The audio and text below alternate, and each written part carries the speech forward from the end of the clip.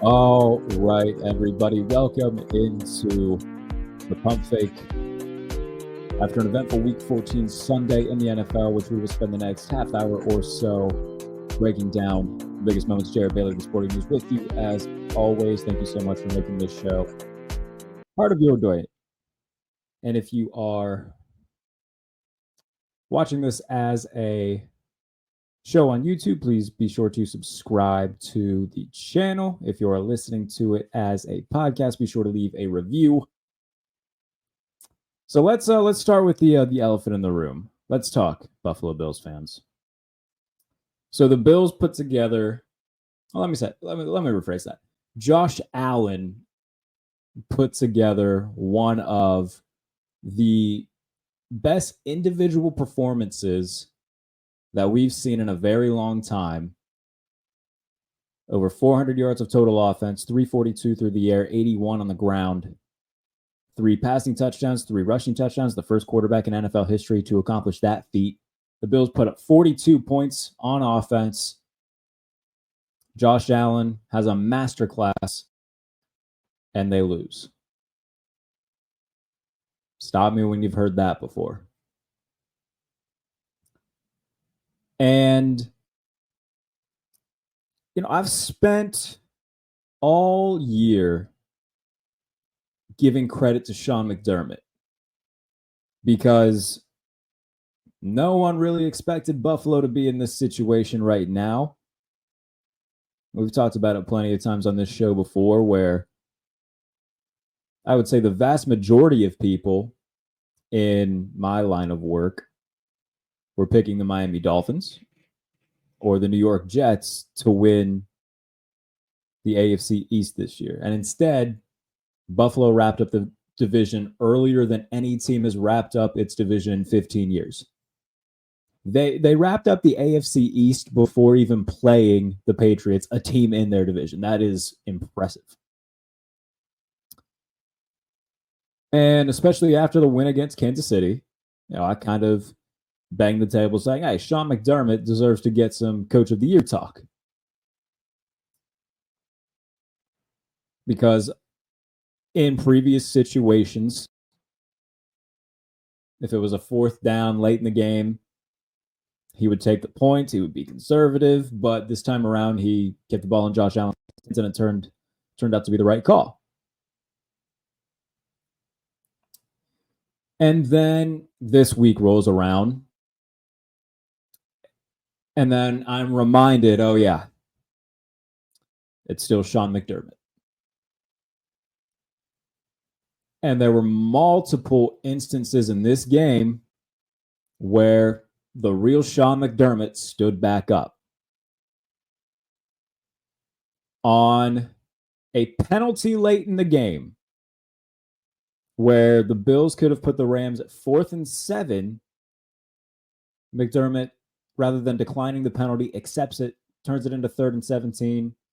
The Rams get a nice chunk, make the 4th down shorter than what it would have been had the Bills declined the penalty, and then they score later on in the drive after converting on that 4th down. And when Buffalo, with just over a minute left, they still had all 3 of their timeouts. It's a 2-score game. They get it down to the 1. They try a quarterback sneak with Josh Allen. It doesn't work. He's brought down at the 1. Instead of just speeding up, doing the exact same thing and trying to score then, they burn a timeout and ensure that they have to try an onside kick rather than speed things up, try to get a touchdown that way, be able to kick the ball deep, try to get 3 stops, call all 3 timeouts, and have a little bit more time to try to pull off a win that way. And it's just these things that Sean McDermott continually does poorly that have me worried about the Buffalo Bills and have me thinking, I don't know if they're going to be able to win a Super Bowl with him at the helm. And I want to credit Colin Cowherd for pointing this out on the herd.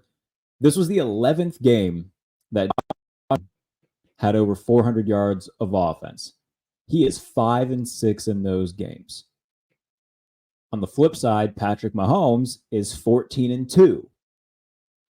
Why? Not because, Mahomes is like otherworldly better than Josh Allen. Because they have a better system in place in Kansas City. They have a better head coach in Andy Reid. They have a defensive savant in Steve Spagnuolo. They have a better front office. They have a better set offensively. Because you look at Mahomes the past couple years, the whole talk has been, the offense isn't nearly as explosive as it was when Tyreek Hill was there, but they're still finding ways to win games.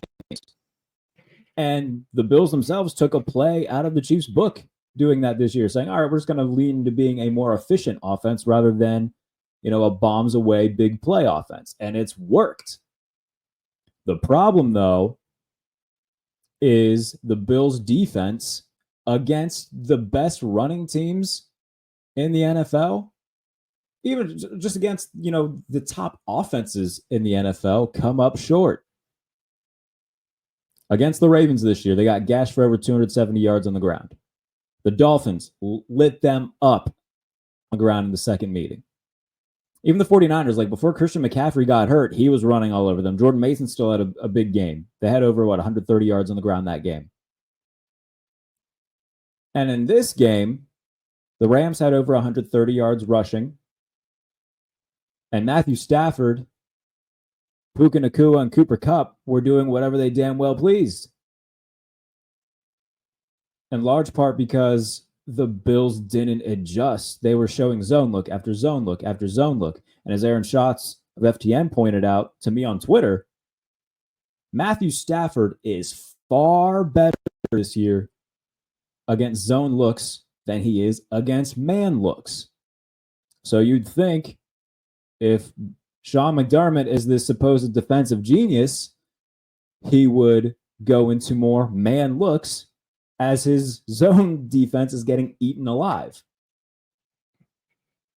But instead, Puka Nacua had 12 catches for over 160 yards and 2 touchdowns on the day.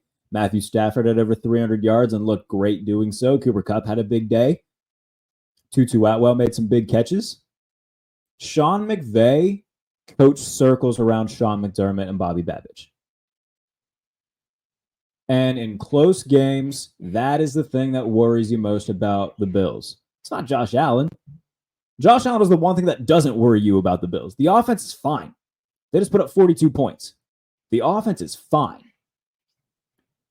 It's the supposed defensive genius on the other side of the ball who in the biggest games always comes up short. And this is far from the first time that Josh Allen has had a legitimate top 15 quarterback performance and lost. The 13 seconds game happened, and they lose that game. Sean McDermott fires Leslie Frazier because of it. This game happens, and the defense allows 37 points, and then a blocked punt helped put the Rams over the top. But multiple in-game malfunctions from Sean McDermott, once again, are the story. Even last year in the playoffs, Josh Allen, passing-wise, didn't have a huge game. The box score may not have looked all that gaudy, but he ran well. He had one of the best passes you'll ever see to Stephon Diggs, right in his hands, 60 yards downfield, dropped. Led them on a potential game-tying drive that could have sent the game into overtime. And the kick was missed by Tyler Bass.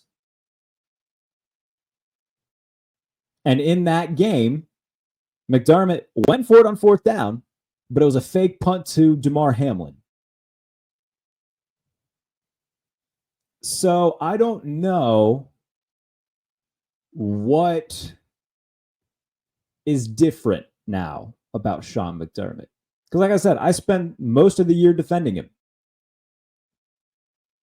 And now I think we've come full circle with this, right back to where we were with Sean McDermott. Oh, and by the way, on the last play of the game, when the Rams sent out the punt team with 7 seconds left, the Bills didn't even have 11 players on the field. The Bills didn't even have 10 players on the field. They had 9. And for a coach who's supposed to be a defensive savant to make so many boneheaded decisions and have that happen at the end of the game, that's a horrible look. And the fact that you decided to accept a penalty when you could have declined it, put the ball back in your quarterback's hands, who had been scoring and running up the field, up and down all game long, and you probably could have came back and won, to do that is inexcusable.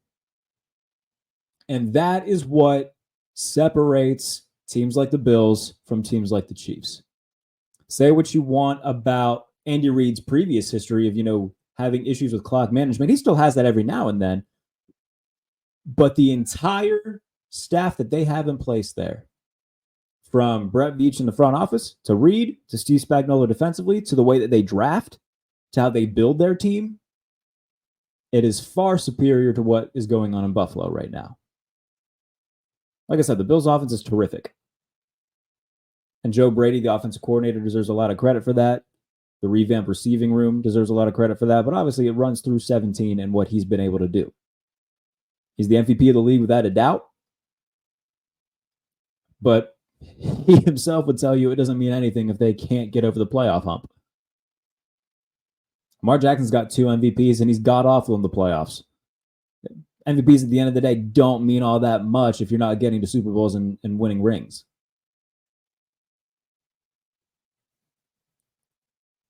And when you look at the Bills' defensive issues, it starts with McDermott, but it also goes back to how they draft and how they allocate resources. Right now, they can't stop the run, as I pointed out, against good teams. They just consistently get gashed. Why is that? Well, because they gave Ed Oliver $68 million in 2023, and he has 8 solo tackles this year. They got Daquan Jones, another aging vet who isn't playing well on the interior. The Bills have the most high variant run defense in the NFL right now.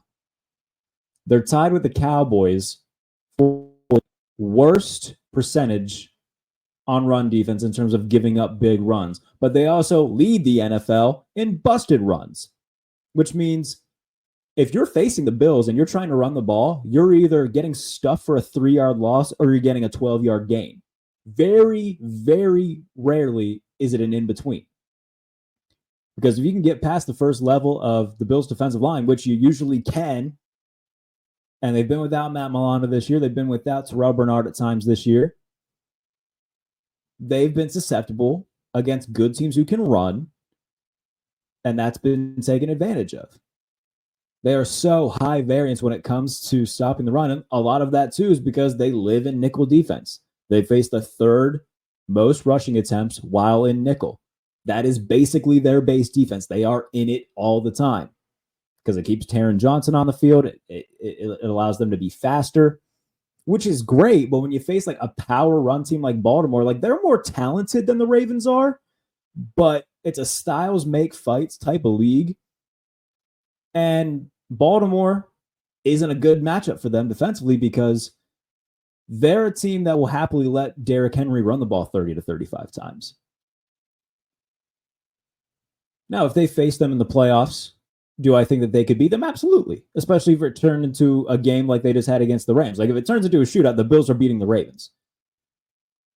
But if it turns into a game where the Ravens don't ask Lamar to do anything and they just run the ball with Derrick Henry and it's successful, then yeah, that's a game that Baltimore can hang around and win. But if they try to go toe-to-toe with Allen in the offense, yeah, the Bills will win that game. It's a styles make fight league. And if you're a team and you can run successfully against Buffalo, hey, that is a very good thing for you because now you have a chance. And the way, like I said, that they've allocated these resources defensively, they don't have anybody on they don't have a Cam Hayward. They don't have a Chris Jones. They don't have a Jalen Carter. They overpaid for Ed Oliver, who hasn't lived up to where he was drafted, and they are severely paying for it right now. The other issue for the Bills defensively, they still don't have a pass rush. They are tied for the 5th lowest sacks per game rate in the NFL right now. Greg Rousseau and AJ Epinesa, they're not top-tier pass rushers. They are not number 1 pass rushers. A lot of us thought that Rousseau was going to be coming into this year because he had a nice preseason, a nice camp. Had a really nice week 1 against Arizona and has fallen off since then. Von Miller obviously isn't what he used to be. Like, the same issues that have plagued the Bills defensively continue to plague them. Their head coach, their lack of edge rushers, and now their inability to stop the run against teams who can run the ball. Like, yeah, it's great. It's one thing if you can, stop the Jets. Like, cool. Who cares? But if you can't stop the playoff teams that can run the ball, that's going to make life a lot harder for Buffalo. So these are the things I worry about with the Bills. I don't worry about 17. He's the MVP. He's going to win MVP. He's been the best player in football this year. Leads the NFL in total touchdowns. Like, he's great. I don't worry about the offense in the slightest. Truthfully, I don't. Because they've been great. They just put up 42 points. And that's without Keon Coleman. And they just got Amari Cooper back. They didn't have Dalton Kincaid. They did all of that with multiple stars on the bench. I'm about the offense. I'm worried about the head coach continuing to be an absolute duck when it comes to big games, big moments, close games, and making in-game decisions at crucial times. I'm worried about a defense that can't stop the run and can't get to the quarterback. That continues to be the biggest issues with the Bills. It's not Allen in the offense. It's the defense falling apart in the postseason in the biggest games and having to rely on Allen to wear his Superman cape. But even when he does that, more often than not, it hasn't been enough. As great as he is, he cannot do it himself. And for a team that has a defensive-minded head coach who has fired coordinator after coordinator after coordinator, passing along the blame, eventually you're going to run out of people to fire. And you got to look yourself in the mirror. And if they come up short in the postseason again, in a similar manner that they have in recent years, there's no reason why Sean McDermott should be the head coach in 2025. That doesn't take away anything that he's done in the past. It doesn't take away the fact that he helped turn the franchise around. But we're well past moral victories and being happy about winning the AFC East. Bills fans are way past that. It's no longer just good enough to be just good enough. You got to win. And if he doesn't win this year, it becomes like, okay, is he ever going to do it? Now, Marty Schottenheimer was a great NFL head coach, terrific NFL head coach. But we coined a term for how poorly he coached in the playoffs. Marty ball. Too conservative, bad clock management, couldn't win in big moments. Now, doesn't that sound familiar, Buffalo fans? If the Bills get eliminated in the playoffs in a similar manner than what we saw last year or against the Chiefs in 2021 season, even against the Bengals, when they just completely fell apart and couldn't do anything on either side of the ball. Tell me why Sean McDermott should be back in 2025, especially in a coaching carousel that will feature Ben Johnson again, Mike Vrabel, big names. You could bring Aaron Glenn, guys that are really highly thought of throughout the NFL who could end up being what you need to get over the hump. Now, again, it doesn't take away from what Sean McDermott has done for the Bills organization. That he'll always have that, and he'll always have a place in Bills history for helping turn around the ship, helping end the playoff drought. But at some point, if you keep allowing him to come back, the definition of insanity is doing the same thing over and over and expecting a different result. That will be what the Bills have kind of put themselves into at that point. And look, I understand the other side of this too, where there's people saying, look, they're 10-3. They've won the division. It's one game that they lost to a non-conference opponent. And that's a valid point. But that game also encapsulated everything wrong with the Bills over the last few seasons and why they haven't won a Super Bowl yet. All of it comes back to the head coach. All of it comes back to the defense, the unit that he's supposed to be a savant of. And it comes back to him and his in-game management skills being subpar. And if that's what it comes down to again in the playoffs, there's no reason why he should come back. Because Josh Allen's prime is actively being wasted if you do that. And you can make the argument they would have a Super Bowl or two right now if Sean McDermott and the defense didn't constantly get in the way of number 17. So if you're not going to win this year, when are you going to? Those are real questions that you have to ask yourself. If you're the Buffalo Bills, if you're Brandon Beane, if you're the owners of the Bills, this year needs to be a year that you bring home a trophy. And if it's not, you got some real evaluating to do. So, let's move on from the Bills real quick. Let's look at the rest of the AFC, though, because now we're kind of seeing a 3-team race emerge for the 1 seed. I mean, the Chiefs are still 12-1. Now the Bills are 10-3. The Steelers are also 10-3. And if you look at the Steelers, I mean, they kind of control their own destiny in these last 4 games, where they'll play an Eagles team this coming Sunday, a place that they haven't won since 1965. And in their last 2 trips to Philadelphia, they have been outscored 69-16. And it looks like they might be doing it without George Pickens, who's dealing with a grade 2 hamstring strain. We'll see what develops throughout the week, but as of right now, it's certainly possible he will not be playing. And if that's the case, I mean, that's a whole other question.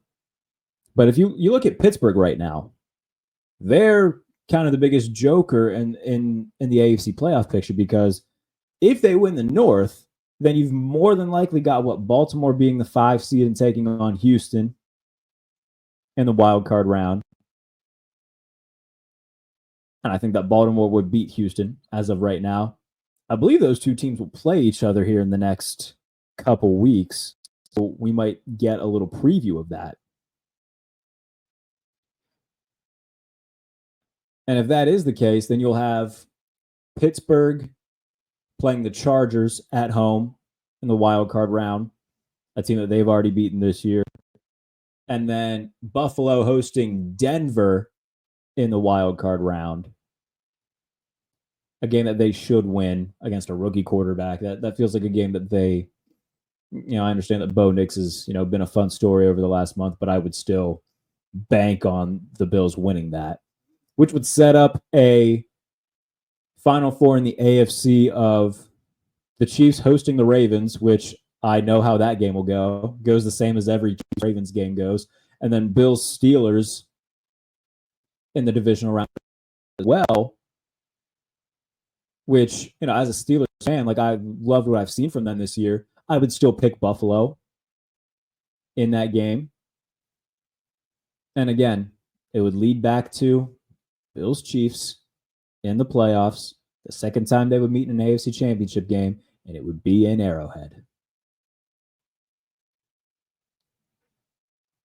So for everybody in, the Bills side of things saying, it's just one game, let's just relax a little bit. Well, every loss really impacts the Bills right now, because now you need the Chiefs to lose at least 2 games. So now you got to root for the Steelers to beat them. Now you got to really hope that the Browns pull off another big victory and beat them. You got to hope that the Broncos can beat them.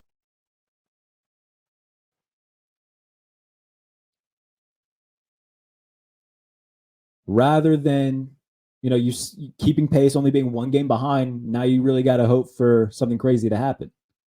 Because the Bills would much rather have that game in Buffalo than in Kansas City. Granted, the Bills have had, some regular season success in Arrowhead. They've won there twice.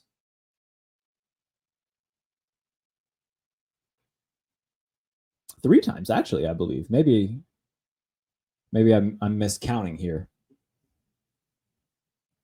But they've had success against the Chiefs in Arrowhead. But you can best believe they would much rather have that game in Buffalo.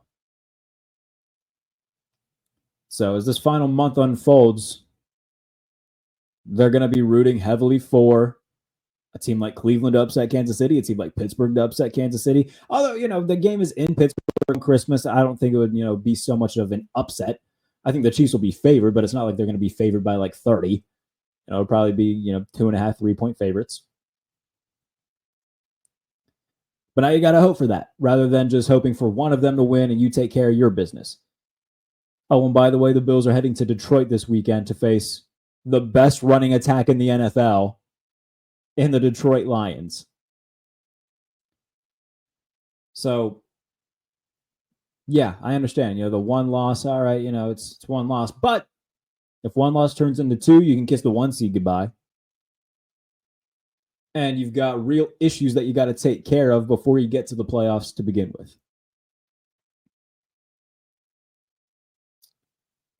So we'll see where the rest of the season takes the AFC, where it takes the Bills and the upper echelon of the AFC teams.